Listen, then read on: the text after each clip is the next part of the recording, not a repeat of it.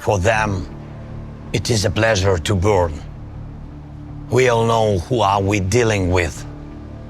Russia is run by men who want to make it a norm, burning lives, destroying cities and villages, dividing people and erasing national borders through war.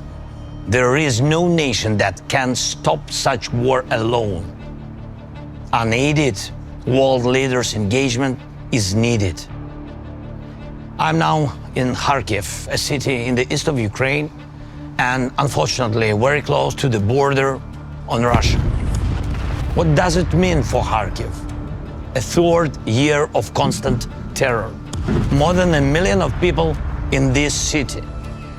And every night and every day, Russian army is shelling the city, mostly with S-300 missiles. These are air defense missiles which Russia employs to terrorize the land. There is not a single district or street in the Kharkiv that hasn't suffered from this regular cruelty.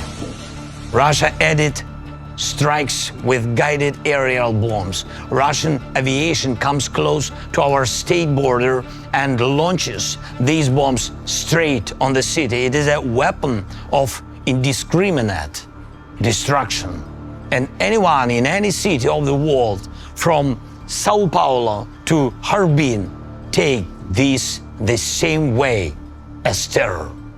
Just like all other Russian strikes on hundreds of other of our cities and villages. Some of them, once booming with life, are now burned to ashes, people less. A burnt out emptiness, the most horrible consequence of war. War that we didn't want in Ukraine, that we haven't provoked, and in which Ukraine is defending itself from Russian attempts to seize our resources and territories and destroy our national identity. And the world sees it. Behind me are the books burned down by Russian missiles. It was one of the largest publishing houses in Ukraine. People got injured here. Unfortunately, there are people killed. Temperature of burning here hasn't managed to totally reach for 451 degrees Fahrenheit. But that's what the leaders of Russia need and want, even higher temperatures. And not only on the sovereign territory of Ukraine, Russia is threatening almost all of its neighbor countries. Russia is the only state that captured the nuclear power plant and is openly using it for radiation blackmail. There is nothing that wouldn't become a weapon for Russia, including hunger. And exactly this the world felt when Ukraine was hit by Russian naval blockade.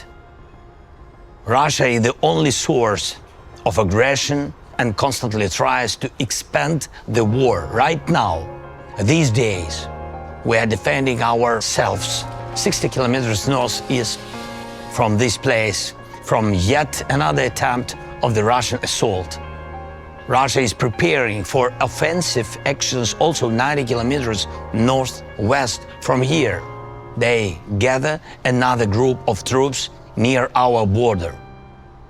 The one who does all this doesn't want peace. Does Russia want a dialogue? Ukraine had the world's largest experience of lies from Russian during negotiations. Lies that in particular was Russian cover-up for preparing this war. And that's exactly why global efforts are needed. Global Peace Summit of the leaders whom Russia will not be able to deceive. Summit that will show who in the world really wants to end the war and not just claim the ceasefire, which will inevitably be broken by Russian rockets and artillery, just like as it was dozens of times before. Together with Switzerland, we are preparing such summits. It starts on June 15th. More than 80 countries confirmed they will come. And we continue to work with the leaders, inviting them to join the summit. I thank everyone who really helps to bring the peace. And I am appealing to the leaders of the world who are still aside of the global efforts of the Global Peace Summit. To President Biden, the leader of the United States, and to President Xi, the leader of China, we do not want the UN Charter to be burned down just like these books. And I hope you don't want to either. Please show your leadership in advancing the peace, real peace, not just a pause between the strikes. The efforts of global majority are the best guarantee that all commitments will be fulfilled.